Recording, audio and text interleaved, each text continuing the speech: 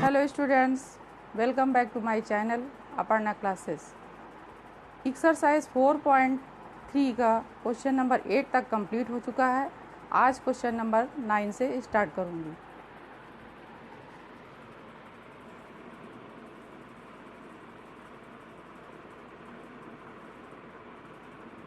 Four point three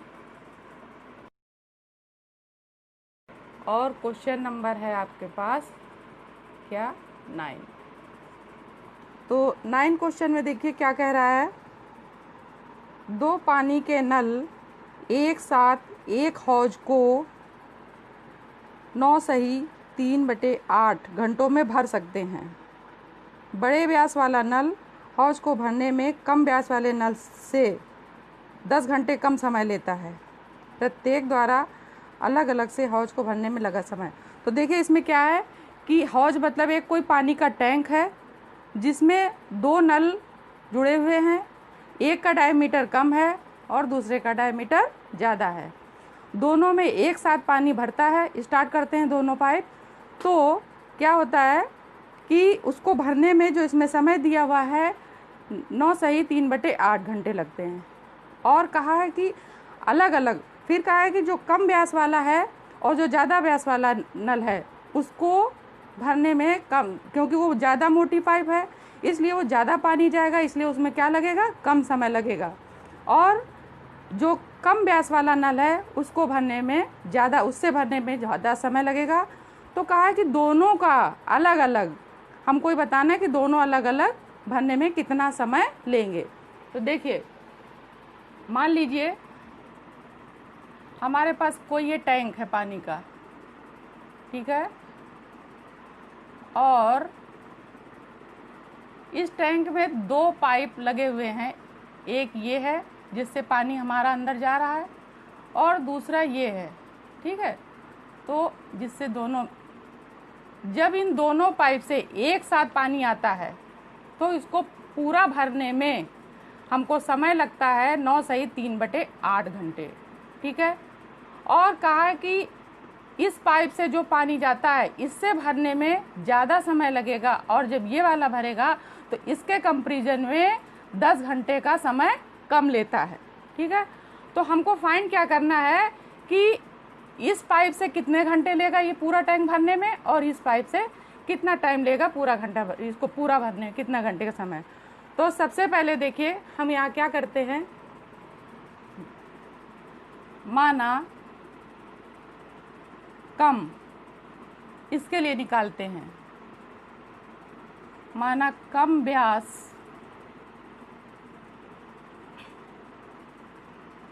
व्यास वाले नल से tank या हौज, ठीक, हौज को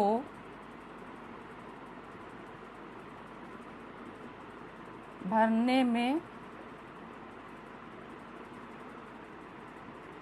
लगा समय बराबर ले लेते हैं x घंटे, ठीक। तो इसको भरने में x घंटे लगे, इससे जब भरा जाएगा तो मान लीजिए x घंटे लगता है। अब ये तो हो गया पूरे को भरने में हमको x घंटे लगता है। और अब हम फाइंड क्या करेंगे इसमें कि 1 घंटे में हमारा हौज कितना भरता है। तो 1 घंटे में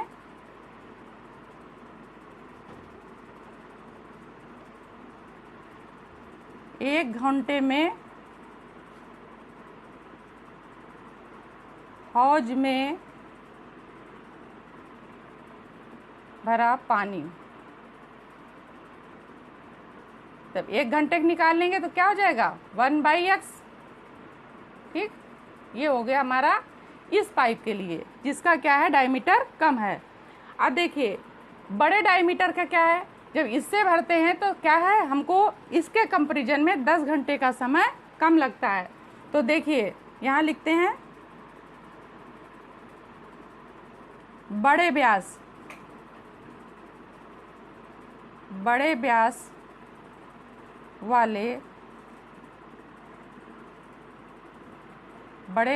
वाले नल से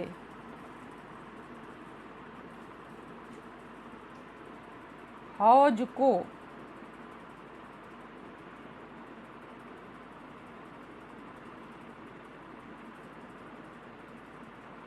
भरने में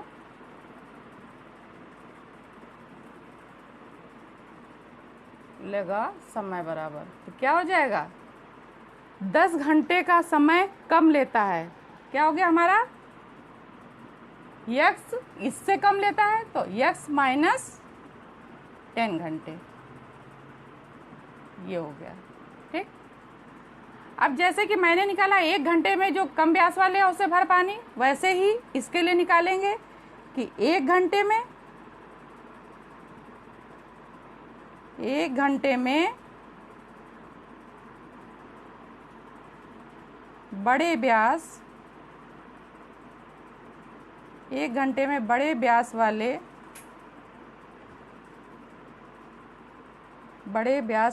नल, बड़े व्यास वाले नल से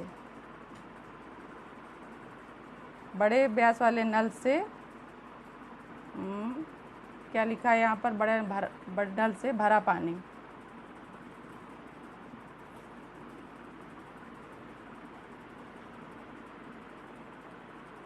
एक घंटे में कितना भरेगा, पानी बराबर 1/x माइनस 10 भाग, ये हो गया हमारा।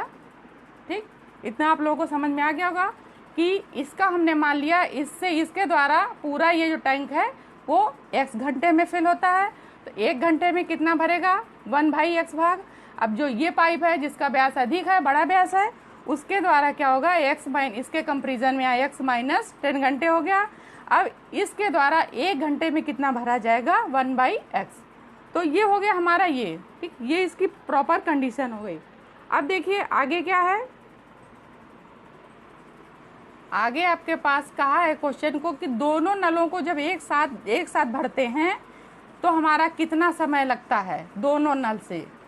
ठीक है, तो उसके लिए क्या करेंगे, जो मैंने अभी निकाला है दोनों नल को इन दोनों को प्लस कर देंगे एक साथ, तो यहाँ पर हो जाएगा प्रश्नानुसार क्या हो गया, एक नल से क्या होता है, 1 घंटे में कितना भरा था, 1/x भाग। ठीक, और बड़े वाले से कितना भरा था, यानी कुल समय टोटल आपको दिया कि दोनों पाइपों के द्वारा, तो यहाँ क्या हो गया, 1/x माइनस 10, और इन दोनों को भरने में टोटल समय दिया है। ठीक है, तो चूंकि हम 1 घंटे में निकाल रहे हैं तो यहाँ टोटल समय को भी 1 से डिवाइड करके ही लिखेंगे, क्या आ जाएगा, 9/3/8 ये।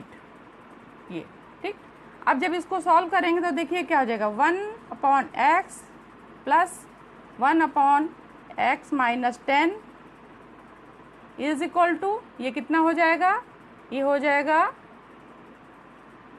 8/75।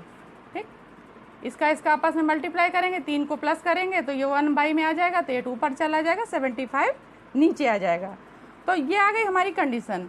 अब इसको सॉल्व करेंगे आगे तो हमको क्वाड्रेटिक फॉर्म में इक्वेशन मिलेगी। तो देखिए क्वाड्रेटिक फॉर्म में जब इक्वेशन मिलेगी तो हम आगे क्या करते हैं, इसका दोनों का पहले क्या करेंगे, एलसीएम लेंगे। जब एलसीएम लेंगे तो देखिए क्या होगा, यहाँ एलसीएम क्या आ जाएगा, x इंटू एक्स माइनस 10, और यहाँ क्या आ गया, x माइनस 10 और प्लस ये क्या हो गया, x इज इक्वल टू 8/, ये। ठीक, अब ये प्लस का दोनों जुड़ गया, क्या हो गया, 2x माइनस 10 अपॉन, ये मल्टीप्लाई कर देंगे, x² minus 10x is equal to 8/75। यहाँ से 2 कॉमन ले लीजिए, अंदर क्या बचेगा, x माइनस 5, नीचे आपके पास क्या है, x² minus 10x is equal to 8/75। अब देखिए इस 2 से इसको काट देंगे तो हमारे पास क्या आ जाएगा, यहाँ आ जाएगा आपके पास x minus 5 upon x² minus 10x is equal to 4/75, ये आ गया। ठीक, अब इसको आगे सॉल्व करने के लिए देखिए क्या करते हैं।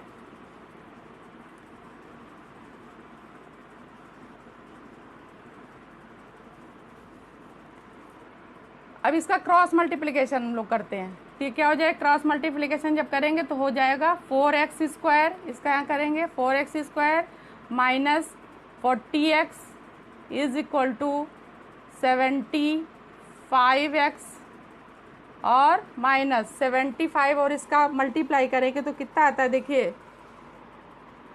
75 और इसका मल्टीप्लाई करेंगे तो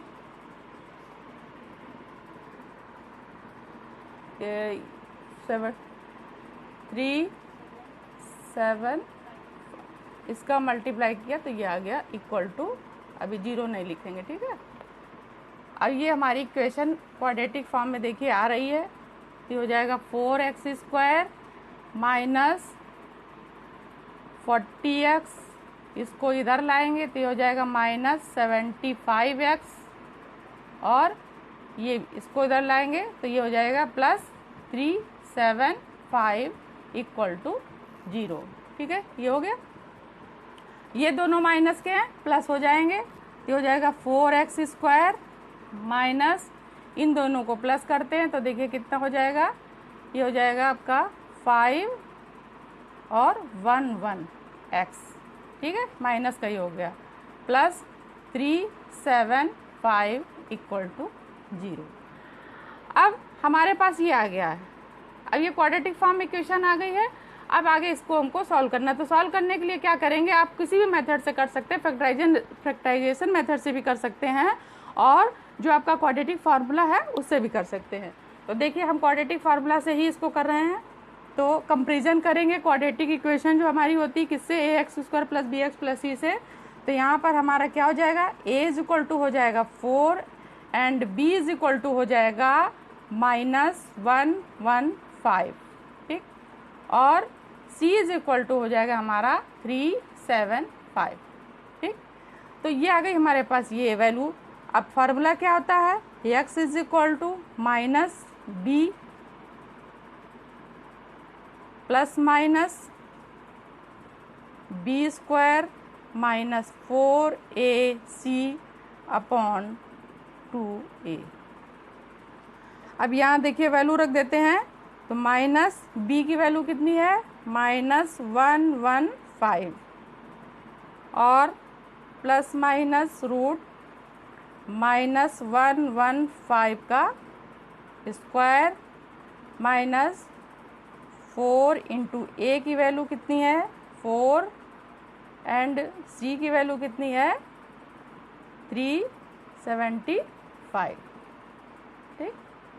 और नीचे क्या है आपके पास 2 इंटू a की वैल्यू 4, ये आ गया, ठीक।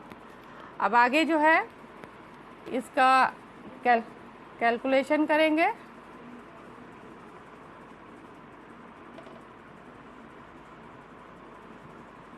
तो देखिए इसका माइनस हो जाएगा तो क्या हो गया, ये हो जाएगा 115, माइनस माइनस क्या होता है प्लस, प्लस माइनस। अब इसका जो है रूट निकालेंगे, 115 का रूट निकालने के लिए देखिए क्या है, इसका है 113,225 माइनस, ठीक है, और इन दोनों का मल्टीप्लाई करेंगे 4 चौको 16 और इतना, तो इसका आ जाएगा 6000 और नीचे आपके पास कितना हो गया 8, ठीक, ये हो गया। अब इसको इससे माइनस करना है, is equal to 115 plus minus, इसको जो है माइनस करेंगे तो माइनस करने पे मेरे पास आता है 7225 अपॉन कितना है 8। तो अब देखिए इसका हमको रूट निकालना पड़ेगा। रूट अगर यहाँ निकालेंगे तो बहुत लंबा हो जाएगा, इसलिए रूट आप लोग प्रैक्टिस करिए घर पे।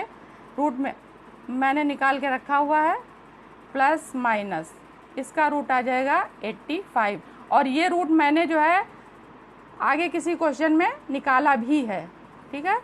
ये हो गया 8। अब x की वैल्यू मेरे पास ये आ गई। अब इस वैल्यू को क्या करेंगे, एक बार प्लस एक बार माइनस लेके सॉल्व करेंगे। तो जब हम पॉजिटिव साइन लेते हैं तब देखिए मेरे पास क्या हो जाएगा, x is equal to 115 plus 85 upon 8।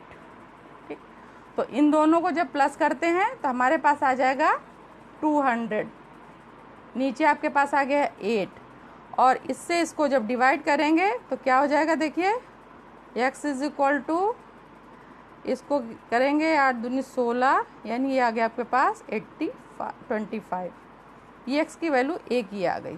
ठीक है, अब जब हम माइनस साइन लेते हैं तब देखिए क्या होता है, x is equal to 115 minus 85/2। ठीक, 8, ये है 8। अब इसको इससे माइनस करेंगे, देखिए क्या बचता है, x इज इक्वल टू,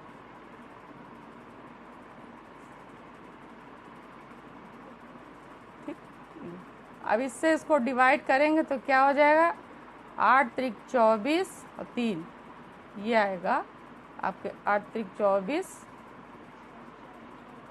ये आएगा 8 त्रिक 8, ये आएगा 6। ठीक, और यहाँ पर आ जाएगा 8। अब इसको काट देंगे तो ये अगर इससे कट जाएगा तो ये हो जाएगा 3, और 2 से काट देंगे तो 3 6 तो 1 x की वैल्यू मेरे पास ये आ गई, यानी x के 1 मान ये आया, x का 1 मान ये आया। अब इससे हमको अभी ये नहीं पता है कौन सी वैल्यू हमारी सही है, कौन सी वैल्यू हमारी गलत है, या दोनों सही हैं। ठीक है, तो इसके लिए अब हम क्या करते हैं, इन वैल्यूज़ को सॉल्व करके आगे देखते हैं। ठीक, तो ये दोनों वैल्यूज़ मेरे पास हैं, इनको अभी यहाँ छोड़ देते हैं, आगे देखते हैं क्या होता है। अब मान लीजिए हमने क्या माना था कि हमारा जो कम व्यास वाला है वो 1 घंटे भरने में ये समय लेता है। ठीक है, और एक हमारा ये है, यानी इन दोनों में से हमारे आंसर कौन से सही है ये हमको चेक करना है। तो मान लीजिए पहले हम इसको ये निगेटिव साइन का अगर ले रहे हैं तो ये कम व्यास वाले का हमने क्या माना था कि एक मतलब कम व्यास वाला जो है इससे भरने में कितना समय लेगा, तो x घंटे था, तो x बराबर आ गया हमारे पास कितना, 3 × 3/4, ये आ गया। ठीक, अब ये तो हमारा हो गया कम व्यास के लिए इतने घंटे का ये। ठीक, लेकिन जब अधिक बड़े व्यास के लिए निकालेंगे, ये तो हो गया किसका, छोटे व्यास के लिए। ठीक है, छोटे व्यास के लिए। अब जब बड़े व्यास के लिए निकालेंगे, ठीक है, तब देखिए क्या होता है, बड़े व्यास के लिए हमने क्या माना था, x - 10, तो x की वैल्यू यहाँ रखेंगे तो क्या हो जाएगा, 3 चौक 12, 12 3 15/4 माइनस 10, यहाँ 1 रख लीजिए, एलसीएम ले लीजिए 4, तो यहाँ क्या आ जाएगा 15 माइनस 40, तो इससे इसको माइनस करेंगे तो कितना आ जाएगा, -25/4। ठीक, तो ये क्या आ गया, निगेटिव आ गया। तो कोई भी समय हमारा निगेटिव में नहीं आता है, इसलिए ये तो हमारा हो गया निगलेक्ट, क्योंकि ये हम नहीं कह सकते कि इतने माइनस समय में जो हमारा बड़े व्यास से ये भरा, तो ये हमारा हो गया निगेटिव। अब देखिए ये आंसर तो हमारा रॉन्ग हो गया। अब हम जो हमने पॉजिटिव साइन के लिए लिया था जिसकी वैल्यू हमारी आई थी क्या, x बराबर 25, तो देखिए कम व्यास वाला जो हमने माना था क्या था, जो कम व्यास का था भरने में इसका समय लगे था, x बराबर क्या माना था हमने, x बराबर x माना था, तो x की वैल्यू कितनी आ गई, यानी 25 घंटे लगेंगे उसको भरने में, कितने 25 घंटे। ठीक, और जिसका बड़ा व्यास था, बड़े व्यास के लिए क्या माना था हमने, x - 10 घंटे, तो ये क्या हो जाएगी, x की वैल्यू कितनी है हमारे पास 25, और 10 माइनस कर देंगे तो बराबर कितना आ जाएगा, ये आ जाए, इससे माइनस किया गया हमारे पास कितना 15। ठीक, यानी कि जो कम व्यास था उससे भरने में हौज को कितने घंटे लगे 25, और बड़े व्यास वाले नल से हौज को भरने में कितने घंटे लगे 15, तो क्या हो गया, दोनों का डिफरेंस 10 हो गया। उसने कहा भी है कि छोटे वाले से बड़े वाले को 10 घंटे कम समय लेता है, तो हमारा एक आंसर हो गया ये। ठीक है, और दूसरा आंसर आ गया हमारा ये। ठीक, तो दूसरा आंसर हमारा आ गया ये, यानी कि ये बड़े व्यास के लिए हो गया, ये छोटे व्यास के लिए। तो ये क्वेश्चन नंबर मेरा 9 था, जो कि कंप्लीट हो गया और आप लोगों को समझ में भी आ गया होगा। तो प्लीज़ अगर आप लोगों को समझ में आ गया तो लाइक करें, सब्सक्राइब करें और शेयर करें।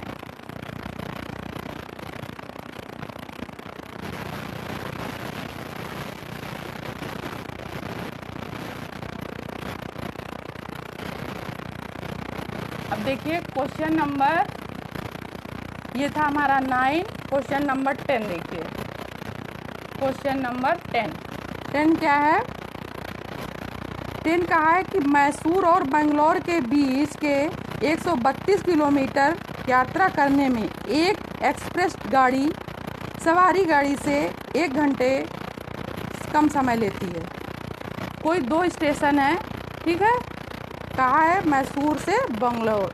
मान लीजिए ये है, एक स्टेशन ये है और एक स्टेशन हमारा ये है बी।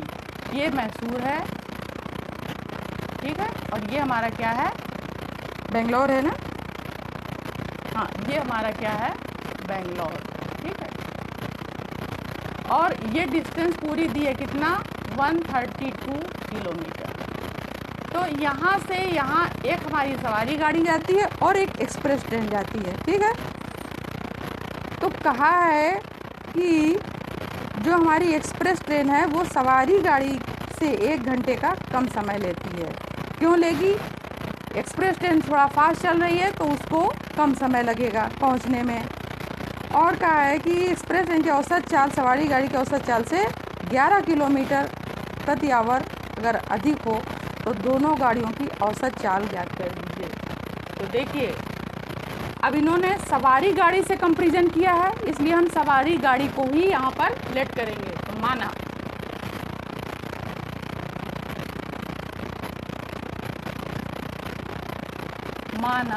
सवारी गाड़ी की चाल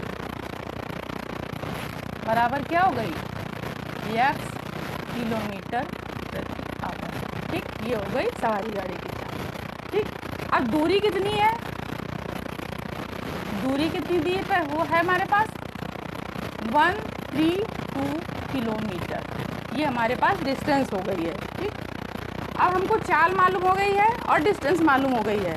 अब ये डिस्टेंस को तय करने में सवारी गाड़ी कितना समय लेती है?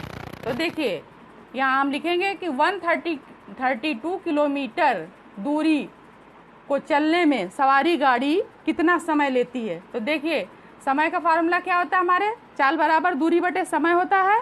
तो समय बराबर क्या होगा? दूरी बटे चाल। तो यहाँ निकालेंगे समय, इसका मान लेते हैं t1 इज इक्वल टू, दूरी हमारे पास कितनी है? 132 और चाल कितनी है इसकी? x किलोमीटर, ठीक। तो सवारी गाड़ी के लिए हमारे पास ये आ गया। अब देखिए, अब हम एक्सप्रेस गाड़ी को लेते हैं। तो एक्सप्रेस गाड़ी क्या है? अब यहाँ देखिए, इसके लिए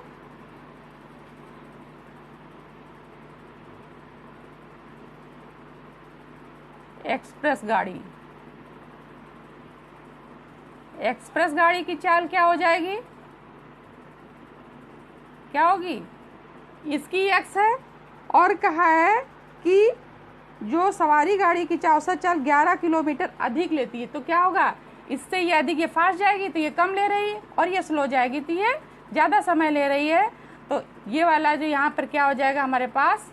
x प्लस 10 चाल, ठीक है। चाल है, क्या हो जाएगी? किलोमीटर पर आवर, ठीक। ये हो गई हमारी एक्सप्रेस गाड़ी की चाल। और दोनों की डिस्टेंस क्या है? सवारी गाड़ी के बीच की डिस्टेंस, दोनों स्टेशनों के बीच की डिस्टेंस वही है, और इसके लिए भी डिस्टेंस हमारी सेम है। अब इस चाल से इतनी डिस्टेंस हमारी एक्सप्रेस गाड़ी कितने समय में तय करेगी, तो वो निकालना है। तो यहाँ हो जाए, क्या आ जाएगा? समय इज इक्वल टू, इसका t2 मान लिया हमने, t2 is equal to distance हमारे पास वही है, क्या? 132 अपॉन कितना? ये x, x प्लस 11। ये हो गया। अब देखिए क्वेश्चन में कहा है कि सवारी गाड़ी से 1 घंटे समय कम लेती है, तो यदि एक्सप्रेस गाड़ी औसत चालिए और इसका कितने किलोमीटर अधिक हो तो दोनों के बीच। तो देखिए इसके अनुसार हम क्या करेंगे, अब हम निकालें, इन दोनों के लिए निकालेंगे। तो देखिए इसका क्या होगा, टाइम, चूंकि हमको टाइम फाइंड करना है दोनों ट्रेनों का, तो यहाँ हो जाएगा प्रश्नानुसार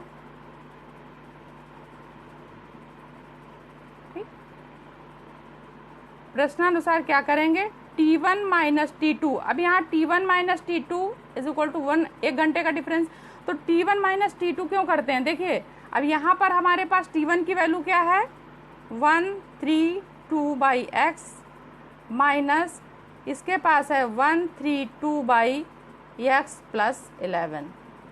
ठीक, अब देखिए यहाँ पर हमने T1 माइनस T2 क्यों किया, हम जो है ये जब इक्वेशन मेरे पास आ जाती है तो जो ये x की वैल्यू है इसके लिए हम सीधा सीधा फार्मूला या तरीका समझ लीजिए कि जिस चीज़ में डिनोमिनेटर जिसका ज़्यादा होता है उसको हम बाद में रखते हैं। अब इमेजिन कर लीजिए आप x की कोई वैल्यू में, मान लीजिए हमने x बराबर क्या है वो इमेजिन किया 2, तो यहाँ पर क्या हो जाएगा 132/2 हो जाएगा, और यहाँ जब x की वैल्यू 2 रखेंगे तो ये 11 और 2 मिलके क्या हो जाएगा 13। तो यहाँ पर अगर ऐसे रखने पर इसका डिनोमिनेटर किसका ज़्यादा हुआ, इसका, इसलिए इससे हम इसको माइनस करते हैं। ठीक है, अब यहाँ पर क्या करेंगे, एलसीएम लेंगे। तो एलसीएम क्या आ जाएगा मेरा x इंटू एक्स प्लस 11। ठीक, और इधर क्या हो गया 132 x प्लस 11 माइनस 132 और x इज इक्वल टू 1, ये हमारे पास आ गया। ठीक है, अब आगे इसको आगे सॉल्व करने के लिए देखिए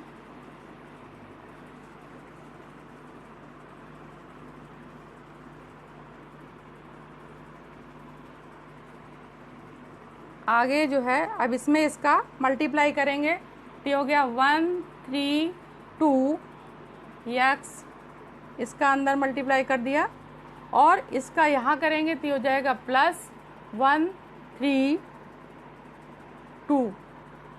यहाँ 11 है इंटू 11।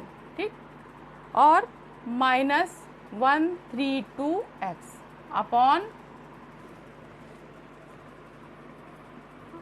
क्या होगा, इसका इसके अंदर मल्टीप्लाई करेंगे तो ये हो गया x² प्लस 11x, ये हमारे पास इक्वेशन आ गई, इज इक्वल टू 1। अब देखिए ये प्लस का ये माइनस का हमारे पास कैंसिल आउट हो जाएगा, तो क्या बचता है 132 into 11 upon 132 into 11 upon x² plus 11x is equal to 1।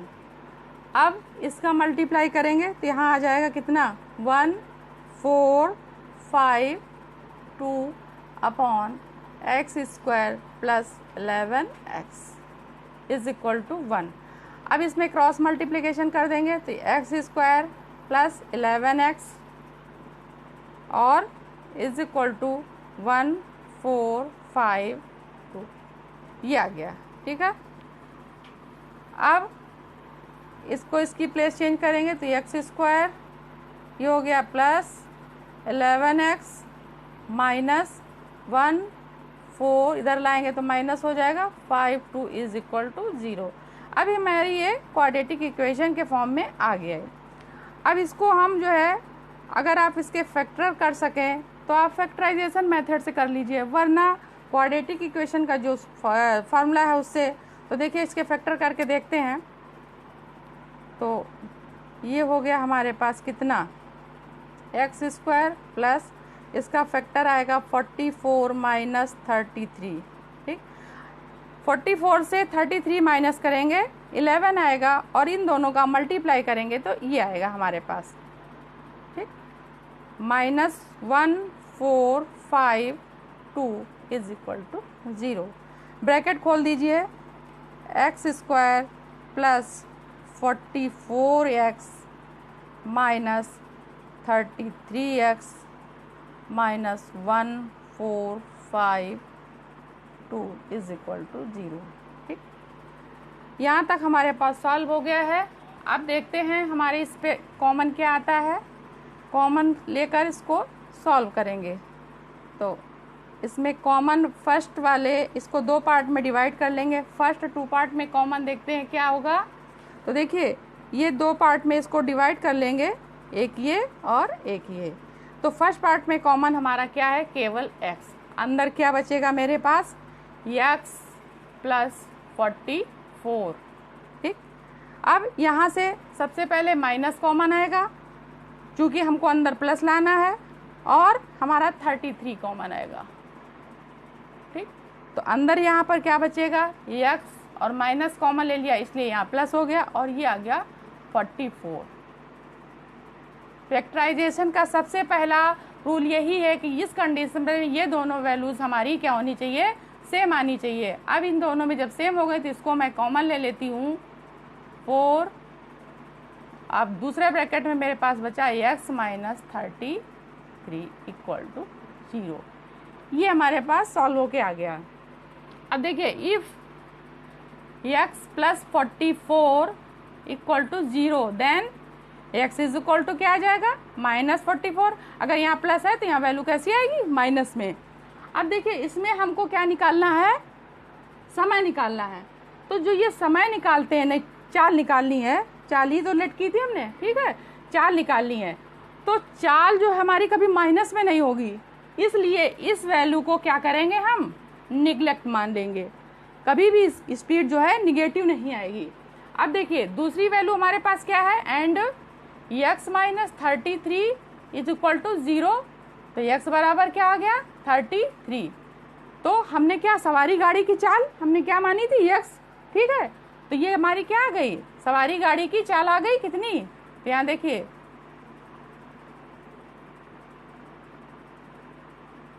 सवारी गाड़ी चाल बराबर क्या थी, x किलोमीटर पर आवर थी। बराबर कितना आ गया, 33 किलोमीटर पर आवर। ठीक, ये सवारी गाड़ी की चाल आ गई। अब एक्सप्रेस गाड़ी की चाल क्या हमने लेट की थी, x प्लस 11। तो देखिए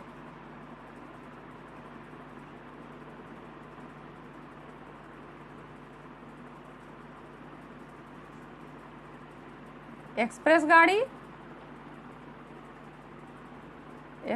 गाड़ी की चाल बराबर क्या है, x प्लस 11। ठीक है, तो क्या हो जाएगी, x की वैल्यू रख दीजिए 33 प्लस 11 4 किलोमीटर पर आवर। तो एक्सप्रेस गाड़ी की चाल ये आ गई, सवारी गाड़ी की चाल ये आ गई। तो हमारे पास क्वेश्चन नंबर 10 आपका कंप्लीट हो गया, और ये इसके आंसर आ गए। एक आंसर हमारे पास ये आ गया और एक आंसर हमारे पास ये आ गया। ठीक, तो क्वेश्चन नंबर आपका 10 कंप्लीट हुआ है। अब देखिए क्वेश्चन नंबर 11 क्या है। इस एक्सरसाइज के जो आप ये वर्ड प्रॉब्लम वाले क्वेश्चन आप लोग सॉल्व कर रहे हैं या देख रहे हैं, ये क्वेश्चन आपके पास सारे क्वेश्चन इंपॉर्टेंट क्वेश्चन है, इसलिए आप इनकी अच्छे से प्रैक्टिस करें। ठीक, अब क्वेश्चन नंबर 11 देखिए। क्वेश्चन नंबर 11 क्या कह रहा है, दो वर्गों के क्षेत्रफलों का योग 468 मीटर स्क्वायर है। यदि उनके परिमापों का अंतर 24 मीटर है तो दोनों वर्गों की भुजाएं ज्ञात करिए। अब देखिए सबसे पहले इसमें हमको परिमाप दिया है और क्षेत्रफल दिया है। ठीक है, अब इसके लिए करना क्या है कि परिमापों का अंतर क्या होगा, जब हम अंतर तभी निकालेंगे जब मेरे पास कोई चीज़ ज़्यादा होगी और दूसरी चीज़ कम होगी, तभी हमारे पास। अगर दोनों चीज़ें क्या होंगी, इक्वल होंगी, तो हमारे पास डिफरेंस कुछ भी नहीं आएगा, क्या आएगा, 0। इसमें दोनों वर्गों के परिमापों का डिफरेंस दिया है कितना, 24 मीटर। इसलिए इससे ये सिद्ध होता है कि हमारा एक वर्ग जो है वो बड़ा होगा, दूसरा वर्ग क्या होगा, छोटा। तो देखिए सबसे पहले हम यहाँ पर मान लीजिए मेरे पास एक ये क्या है, बड़ा वर्ग। आप लोग समझते हैं क्या होता है, जिसकी चारों साइड क्या होती हैं, इक्वल होती हैं। ठीक, एक बड़ा वर्ग है और एक हमारे पास छोटा वर्ग है। तो जब इन दोनों का हम डिफरेंस, परिमापों का डिफरेंस, परिमाप क्या होते हैं हमारे पास, वर्ग की परिमाप क्या होती है 4 इंटू साइड, ठीक है। तो मान लीजिए इसकी भी कुछ साइड होगी, ठीक है। तो बड़े वाले से जब हम इसकी परिमाप को माइनस करेंगे, तो दोनों को माइनस करेंगे तो यहाँ पर हमारे पास क्या आता है 24 मीटर, ठीक। तो ये है। अब इसके देखिए, इसके लिए क्या करते हैं, सबसे पहले हम क्या लेट करते हैं, बड़े वर्ग की भुजा यहां मान लेते हैं, माना, क्योंकि हमको इससे इसको माइनस करना पड़ेगा। तो बड़े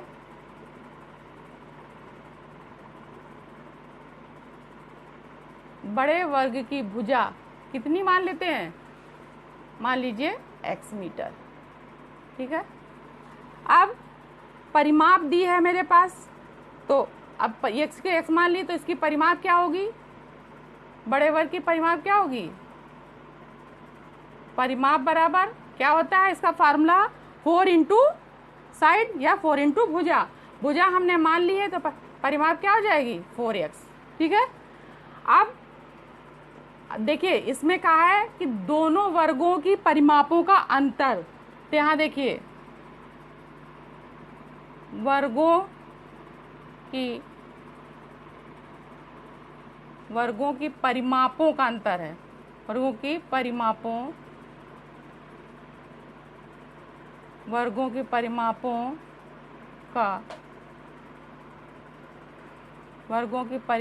का अंतर क्या हो गया, कितना दिया है, वर्गों की परिमापों का अंतर दिया है 24। तो परिमाप क्या हो गए, यहाँ लिखेंगे बड़े वर्ग की परिमाप, ठीक है,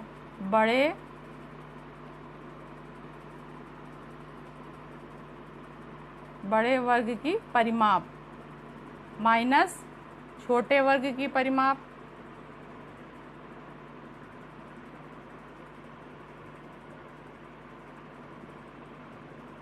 बराबर 24। अब देखिए बड़े वर्ग की परिमाप हमको पता है कितनी है 4x, ठीक है, माइनस छोटे वर्ग की परिमाप क्या होगी 4 इंटू भुजा हमको इसकी मालूम नहीं है, और इक्वल टू 24, ठीक। अब देखिए यहाँ क्या करते हैं 4x और इसको इधर ले आते हैं, तो ये क्या हो जाएगा -24, और इसको उस साइड ले जाते हैं, ये क्या हो जाएगा 4 और भुजा। अब यहाँ से 4 कॉमन ले लेंगे, अंदर क्या बचेगा x - 6 बराबर 4, और ये हो जाएगी हमारे क्या भुजा। 4 से 4 कट गया, यानी छोटे वर्ग की भुजा क्या आ गई, छोटे वर्ग की भुजा मेरे पास आ गई क्या, इज इक्वल टू x - 6। ये छोटे वर्ग की भुजा आ गई, बड़े वर्ग की भुजा x थी, छोटे वर्ग की भुजा हो गई x - 6। अब हमारे दोनों वर्ग की आपको साइड मालूम हो गई। अब नेक्स्ट कंडीशन में कहा है कि दोनों वर्गों के क्षेत्रफलों का योग, ठीक। अब आपको पता है वर्ग का क्षेत्रफल क्या होता है, भुजा का स्क्वायर यानी साइड इंटू साइड। तो अब हम इसको निकालने के लिए देखिए क्या करेंगे,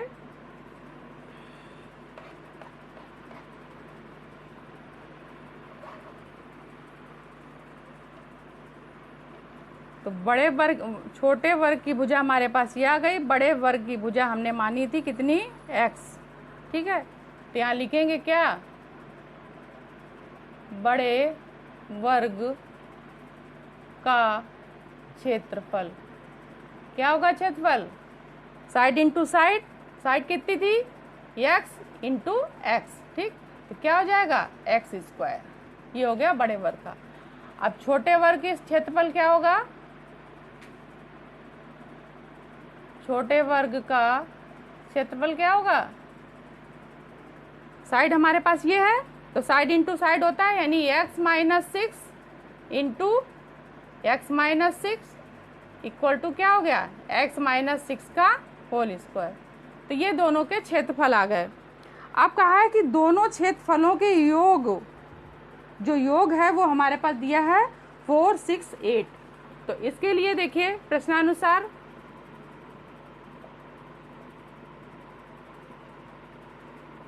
क्या होगा, दोनों वर्गों का योग यानी ये और ये हमको प्लस करना है। तो क्या हो गया, x square plus x minus 6 का whole square is equal to, इन दोनों का प्लस करने से हमको क्या दिया गया, 468 मीटर स्क्वायर, 468 मीटर स्क्वायर हमको ये दिया गया। ठीक, अब इससे हमको सॉल्व करना है a माइनस बी के होल स्क्वायर से, इसको हम लोग ब्रेक करेंगे।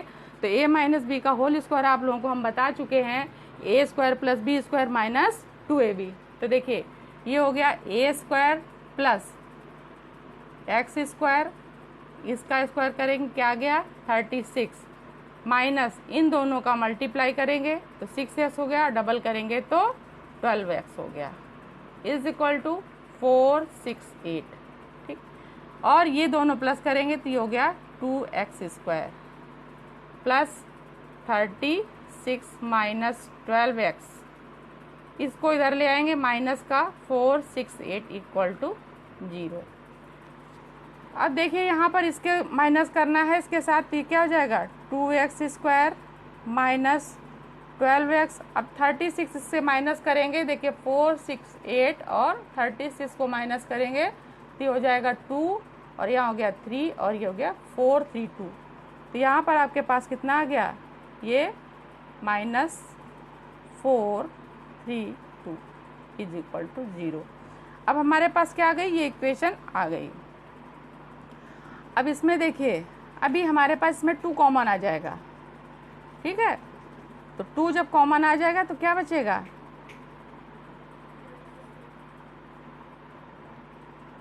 जब 2 कॉमन आ जाएगा यहाँ से तो मेरे पास बचेगा यहाँ पर एक्स स्क्वायर माइनस ये बचेगा आपके पास 6x माइनस ये हो जाएगा 2 दूनी 4, 2 1 कम 2 और यानी ये इक्वल टू 0।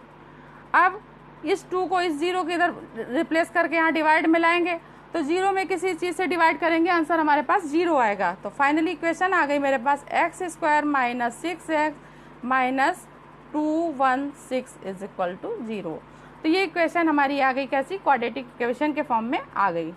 अब इसके हमको फैक्टर करने हैं, तो इसको फैक्टर करने के लिए ऐसा फैक्टर करना है हमको 216 का जिससे हमको यहाँ पर 6 मिले। तो देखिए ये आप किसी भी तरह से फैक्टराइजेशन मेथड से भी कर सकते हैं और क्वाड्रेटिक फॉर्मूले से भी कर सकते हैं, आपको जैसा इजी लगे, क्योंकि क्वेश्चन में कोई पर्टिकुलर कंडीशन नहीं दी हुई है इसको सॉल्व करने के लिए। तो आप जो मेथड आपको इजी लगे वो आप मेथड अपना सकते हैं। ठीक है, तो हम यहाँ पर इसका फैक्टर करके देखते हैं। तो इसका फैक्टर आएगा 18 और देखिए 18 और 12 से 18 और 12 को यहाँ माइनस करेंगे तो देखिए कितना आ जाएगा, ये आ गया 6 आ गया, और इन दोनों का अगर मल्टीप्लाई करेंगे तो हमको ये मिल जाएगा। तो फैक्टर हमारे पास आ गया एक्स स्क्वायर माइनस कितना 18 minus 12 X minus 216 equal to 0। ठीक, अब इसको ब्रैकेट खोल दीजिए, X square minus 18x minus minus plus 12x minus 216 is equal to 0। ठीक, इस कंडीशन तक हमारी इक्वेशन आ गई है। अब इसको 2 पार्ट में हम क्या करते हैं, ब्रेक करते हैं। 2 पार्ट में ब्रेक करने के बाद में इसमें कॉमन लेंगे। क्या कॉमन मेरे पास आता है, ये आप लोग क्वेश्चन में नीचे इक्वेशन जो है इसमें देखिए। अब देखिए इसमें यहाँ से हम फर्स्ट पार्ट से इसको 2 पार्ट में, एक पार्ट ये डिवाइड किया, एक पार्ट ये, यहाँ से कॉमन हमारे पास केवल x आएगा, अंदर क्या बचेगा हमारे पास x माइनस 18। ठीक है, यहाँ से मेरे पास कॉमन क्या आएगा, प्लस का कॉमन आएगा कितना 12, अंदर क्या बचेगा हमारे पास, इस 12 से इसको डिवाइड करेंगे तो यहाँ बचेगा x minus 18 is equal to 0। अब हमारे पास ये और ये सेम हो गया, तो इस दोनों हमारे क्या होंगे, सेम है, तो इसलिए इसको कॉमन x माइनस 18 और दूसरे ब्रैकेट में हो गया x plus 12 is equal to 0। तो ये आ गई हमारे पास इक्वेशन। अब देखिए इसमें क्या करते हैं, x की वैल्यू हमको इसमें निकालना क्या था, इसमें हमने क्या लेट किया था, साइड लेट की थी, हमको इसमें साइड फाइंड करनी थी। ठीक है, तो देखिए ये वैल्यू अगर मान लीजिए हम ये लेते हैं क्या, x minus 18 is equal to 0, then x is equal to क्या आ जाएगा 18। ठीक, एंड अगर x प्लस 12 इक्वल टू 0 लेते हैं तो x इज इक्वल टू क्या आ गया मेरे पास 12। ये आ गई हमारे पास माइनस की वैल्यू, और हमने x क्या लिया था, वर्ग की साइड। ठीक है, तो जब वर्ग की हमने साइड ली थी तो कभी किसी की साइड क्या होती है, माइनस में तो होती नहीं है। तो इस चीज़ को हम क्या करेंगे, इस x की वैल्यू को निगलेक्ट मानेंगे। तो ये जो हमने साइड इसमें मानी थी और x इज इक्वल टू 10 किसकी साइड मानी थी हमने, ये बड़े वर्ग की। ठीक है, तो बड़े वर्ग की एक साइड, बड़े वर्ग की साइड हमारी कितनी आ गई, बड़े वर्ग की भुजा हमारे पास कितनी आ गई, भुजा ही निकालनी थी। तो बड़े वर्ग की भुजा बराबर आ गई मेरे पास कितनी, हमने लेट की थी x, तो x की वैल्यू कितनी आ गई 18 मीटर। ठीक, ये बड़े वर्ग की आ गई। अब छोटे वर्ग की भुजा हमारे पास क्या थी,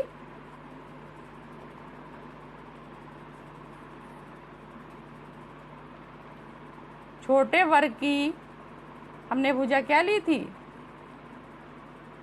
x माइनस 6। ठीक, ये आई थी हमारे पास। अब x की वैल्यू कितनी आई 18 माइनस 6, अब इसको माइनस कर देंगे तो क्या आ जाएगा, हमारे पास क्या आ गया 12 मीटर। ठीक, तो बड़े वर्ग की साइड कितनी आ गई, ये 12 मीटर, और छोटे वर्ग की साइड आ गई कितनी 18 मीटर। ये बड़े वर्ग की 18 और छोटे वर्ग की 12 मीटर। तो एक आंसर हमारे पास ये आ गया, एक आंसर हमारे पास ये आ गया। तो एक्सरसाइज आपकी क्वेश्चन नंबर 11 आपका कंप्लीट होता है, और एक्सरसाइज 4.3 आपकी कंप्लीट हो गई है।